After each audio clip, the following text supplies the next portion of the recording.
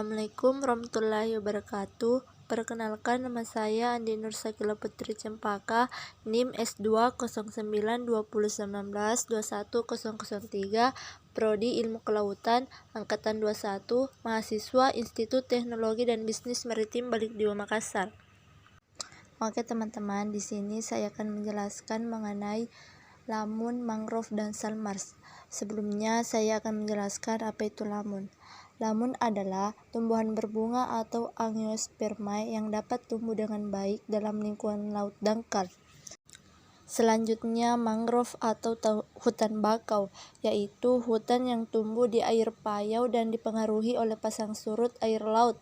Hutan ini tumbuh khususnya di tempat-tempat di mana terjadi pelumpuran atau akumulasi bahan organik. Sedangkan salmars adalah sebuah ekosistem pesisir di zona intertidal pesisir hulu antara tanah dan air laut atau air payau terbuka yang giat dibanjiri oleh pasang.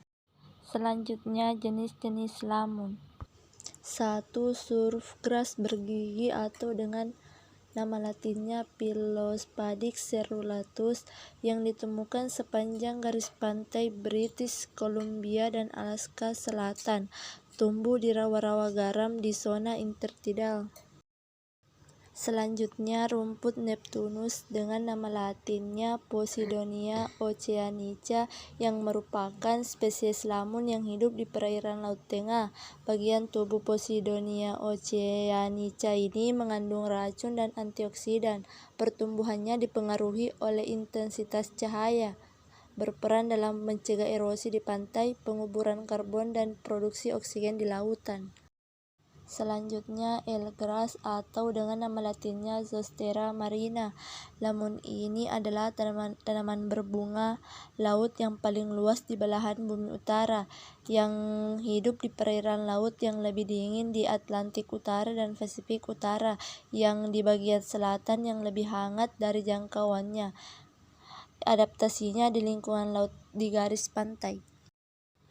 Kemudian Amphibolis atau dikenal dengan nimfa laut atau gulma kawat yang hidup di pantai barat dan selatan Australia. Jenis lamun yang terakhir yaitu elang kerdil yang nama latinnya Zostera norti yang ditemukan di perairan pantai dangkal di Eropa Barat Laut, Laut Mediterania, Laut Hitam, Laut Kaspia, dan Laut Aral, dan di pulau-pulau di Atlantik di lepas pantai barat Laut Afrika. Lamun ini beradaptasi di dasar laut. Selanjutnya jenis-jenis mangrove. Yang pertama itu Rhizopora stylosa.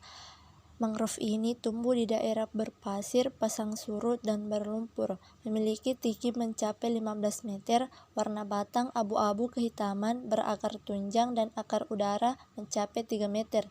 Daun warna hijau, bentuk elips, dan meruncing. Yang kedua, pidata putih yang nama latinnya Soneratia alba. Tumbuhan ini merupakan jenis pohon penyusun hutan bakau. Pohon ini berbatang besar, sering didapati di bagian hutan yang dasarnya berbatu karang atau berpasir, langsung berhadapan dengan laut terbuka.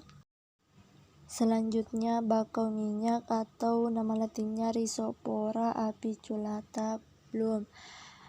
Tumbuh pada tanah berlumpur halus dan tergenang pada saat pasang normal, tidak menyukai substrat yang lebih keras yang bercampur dengan pasir, dapat mencapai 90% dari vegetasi yang tumbuh di suatu lokasi.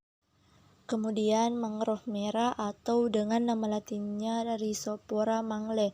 Mangrove ini didistribusikan di ekosistem muara di seluruh daerah tropis. Benih-benih viviparnya dalam kenyataannya disebut propagule, yang menjadi tanaman yang benar-benar matang sebelum menurunkan pohon induknya. Ini disebarkan oleh air sampai akhirnya tertanam di air dangkal. Dan yang terakhir bakau kurap atau dengan nama latinnya Rhizopora mucronata. Tanaman ini biasa ditemukan dalam hutan seperti di atas rawa yang berair payau yang terletak pada garis pantai dan dipengaruhi oleh pasang surut air laut. Jenis-jenis salmars. Salmar yang pertama itu rawa garaman atau salmars yang merupakan sebuah ekosistem pesisir di zona intertidal pesisir hulu antara tanah dan air laut atau air payau yang terbuka dan dibanjiri oleh pasang.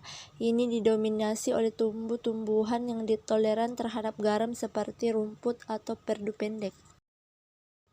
Yang kedua, salmars are not glamorous atau rawa asin tidak glamor. Dataran berlumpur di pantai dan muara dicuci dengan air laut saat pasang, di mana hanya tanaman yang beradaptasi secara khusus yang dapat bertahan hidup di lingkungan asin yang keras. Yang ketiga, the salt marsh is inundated and drained by the tides.